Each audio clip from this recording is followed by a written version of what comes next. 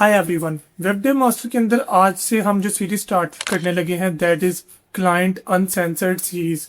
और इसके अंदर मैं आपको अपने पिछले एक साल के जितने भी क्लाइंट बेस्ड प्रोजेक्ट है वो सब दिखाऊंगा और वो बताऊंगा कि वो किस तरह मैंने क्रिएट किए और किस तरह मैंने क्लाइंट्स को सेटिस्फाई किया। सो ये जो सीरीज है ये पिछले पूरे एक साल के ऊपर डिपेंड कर रही है। इसके अंदर जितना भी कंटेंट है वो पिछले एक साल से लेके अभी तक का कंटेंट है। तो मैं आपको तमाम वो क्लाइंट्स के प्रोजेक्ट दिखाऊंगा और आपको बना के भी दिखाऊंगा कि किस तरह मैंने उनको क्रिएट किया। तो आपने सीरीज को कम्प्लीटली देखना ताकि आपको आइडिया हो जाए कि क्लाइंट को किस तरह टैकल किया जाता है, क्लाइंट को किस तरह हंट किया जाता है और किस तरह क्लाइंट की को सेटिस्फाई किया जाता है किसी भी प्रोजेक्ट के ऊपर। सो आज का जो हमारा प्रोजेक्ट है जिसको हम कवर करने लगे हैं that is related to e commerce website having AI chatbot.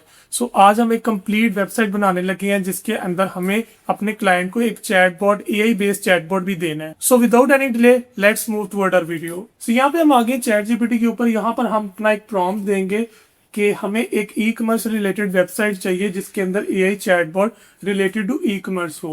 और यहाँ हमें स्पेसिफिकेशन मेंशन करनी पड़ेगी ताकि हमें उसी रिक्वायरमेंट के मुताबिक चैट जीपीटी पूरा प्रॉम्प्ट निकाल के दे सके। तो अब ये हमने एक सिंपल सा एक प्रॉम्प्ट दिया और हमने यहाँ पे कहा इसको कि हमें एक फुल प्रोजेक्ट डिस्क्रिप्शन भी चाहिए। सो ये क्या करेगा, चैट जीपीटी हमें पूरी एक ई कॉमर्स रिलेटेड वेबसाइट की चैट डिस्क्रिप्शन देगा। क्लाइंट का जो प्रोजेक्ट है वो रिलेटेड टू वॉचेस है तो हमें उसके मुताबिक इसको मॉडिफाई भी करना पड़ेगा। हैविंग एआई चैटबॉट यानी कि उसके अंदर एआई चैटबॉट इंटीग्रेट हो। अब एआई चैटबॉट को इंटीग्रेट करने के लिए हम कौन सी एपीआई का यूज करेंगे, कौन सी ऐसी अनलिमिटेड फ्री एपीआई है जिसको आप भी फ्री ऑफ कॉस्ट यूज कर सकते हैं, आज की इस वीडियो में मैं आपको बताऊंगा। और इसी तरह नेक्स्ट वीडियोस के अंदर भी जितने प्रोजेक्ट मैंने कवर किए हैं वो तमाम प्रोजेक्ट आपको लाइव करके दिखा रहा हूँ। तो यहाँ पे अगर मैं देखूँ तो आपको नजर आ रहा होगा कि हमारे पास डेटा बेसिस जो है वो मोंगोडीबी को रेकमेंड कर रहा है, लेकिन हमारे क्लाइंट ने एक सी पैनल को यूज करना है। फॉर दैट रीजन हमें माईएसक्यूएल की तरफ जाना पड़ेगा। सो आपको मैक्सिमाइज जो है ना वो इनपुट देना पड़ेगा ताकि आप क्लाइंट से अपने रिक्वायरमेंट के मुताबिक का बजट जो है ना वो ले सके।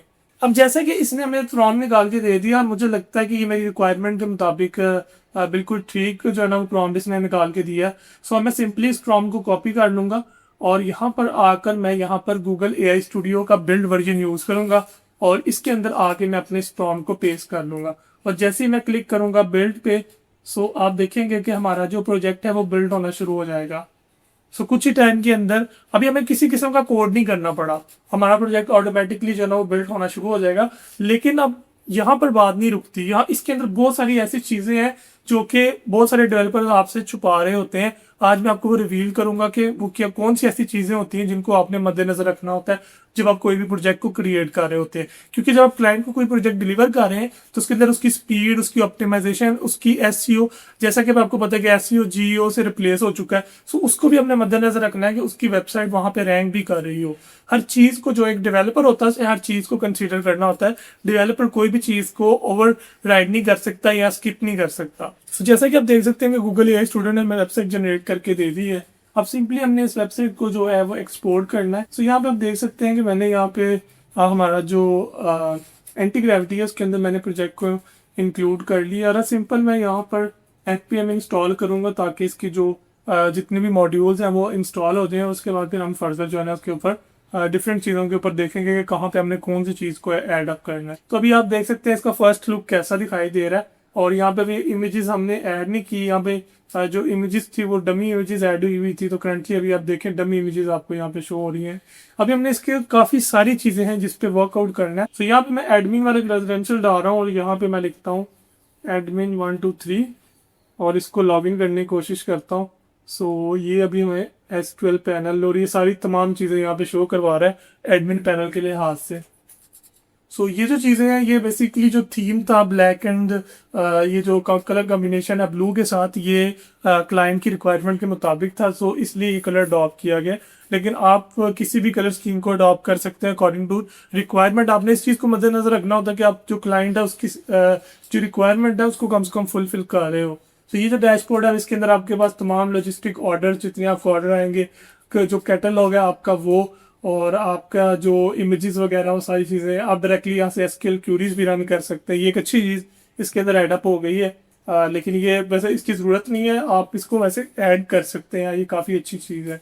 तो इससे फायदा क्या होगा कि आप डायरेक्टली यहाँ पे जो भी क्वेरी एग्जीक्यूट करोगे तो वो चीज़ जो है आपकी डायरेक्टली डेटाबेस के अंदर ऐड हो जाएगी, जो कि एक अच्छा फीचर है। लेकिन हम इसको एक फॉर्म बेस बनाएंगे कि अगर हमें कोई प्रोडक्ट को अपलोड करना है तो एक फॉर्म बनाओ जिसमें इमेज हम अपलोड करें और फॉर्म डायरेक्टली हमारे डेटाबेस के अंदर वो चीज़ को अपलोड कर दे। सो इस चीज़ को हम जो है ना वो चेंज करेंगे। तो ये जो तमाम चेंजेस है जो अभी रिक्वायर्ड है इसके यहाँ तक बनने के बाद वो नेक्स्ट जो इसका पार्ट है उसके अंदर आपको मैं दिखाऊंगा। तो आपने बताना है कि अभी तक आपको जो चीज़ें मैंने आपको दिखाई हैं वो समझ आई हैं कि वो किस तरह हो रही हैं और किस तरह जो है ना एक क्लाइंट को का प्रोजेक्ट जो है वो स्टार्ट किया जाता है और किस तरह उसको आप जो है उसका फ्रंट एंड फेस जो है ना सबसे पहले बना सकते हैं, उसके बाद फिर बाकी प्रोसेस किस तरह जो है ना वो हैंडल होते हैं। सो यहाँ तक आपने देख लिया है कि हम किस तरह जो है ना वो चीज़ों को इम्प्लीमेंट कर रहे होते हैं।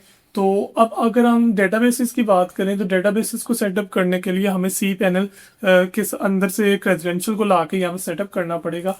तो वो नेक्स्ट वीडियो के अंदर आपको बताऊंगा कि वो आपने किस तरह सेटअप करना है, और वो तब भी मैं आपको बताऊंगा जब आप इस वीडियो के अंदर ज़्यादा से ज़्यादा कमेंट करेंगे, जिसके अंदर आप नेक्स्ट वीडियो जो है ना वो कमेंट सेक्शन में मेंशन करेंगे। तो नेक्स्ट वीडियो के अंदर तमाम जो चीज़ें रह गई हैं और जितनी आपकी एडिशन है वो तमाम चीज़ें आपके साथ में शेयर करूंगा कि किस तरह आपने उनको इम्प्लीमेंट करना है। और आपने ये ज़रूर बताना है कि ये जो हमने सीरीज स्टार्ट की है आपको कैसी लग रही है और इससे आपको क्या क्या चीज़ें सीखने का मौका मिल रहा है।